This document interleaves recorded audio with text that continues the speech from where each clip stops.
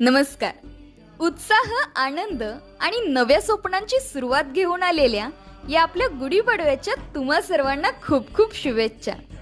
आजचा दिवस म्हणजे आपल्या मराठी नववर्षाची सुरुवात, नवीन आशा, नवीन स्वप्न आणि नवीन उमेदीचा दिवस.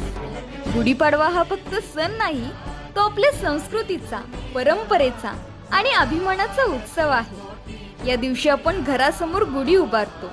ती गुढी म्हणजे विजयाचं, यशाचं आणि आनंदाचं प्रतीक आहे.